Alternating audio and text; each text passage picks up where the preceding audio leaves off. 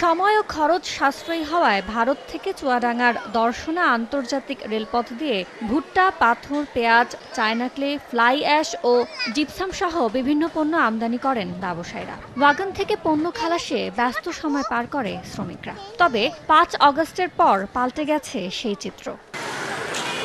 সংশ্লিষ্টরা বলছেন, সরকার পরিবর্তন, ডলার সংকট সহ নানা কারণে এই পথে কমেছে পণ্য আমদানি। ২০২৩-২৪ অর্থ বছরে ৯,৭৪৯ ওয়াগনে ৫,৭৬,৫৫৯ মেট্রিক টন পণ্য আমদানি হয়, যা থেকে সরকার রাজস্ব পায় ২৬,৯৪,০০,০০০ টাকা। তবে বিদায়ী অর্থ বছরে ৪,৪৮৬ ওয়াগনে পণ্য এসেছে ২,৯২,১০১ মেট্রিক টন। রাজস্ব আয় কমে দাঁড়ায় ১১,৪০,০০,০০০ টাকায়। বর্তমানে এমন একটা পর্যায়ে চলে আসছে, শূন্যের কোটায় চলে আসছে দর্শনা রেলপোর্টের আমদানি। আমরা চলতে পারছি না, আমরা ধরেন খাতে পারছি না, এরকম অবস্থায় আমরা বসবাস করছি। এই পোর্টটা যদি আমাদের অ্যাভেলেবল চালু হতো তাহলে সবাই খেয়ে পরে বাঁচতে পারত।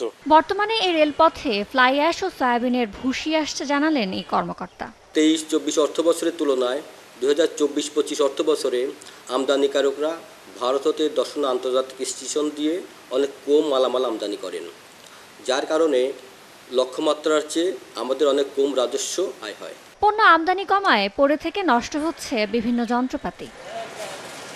সময় সংবাদ, চুয়াডাঙ্গা।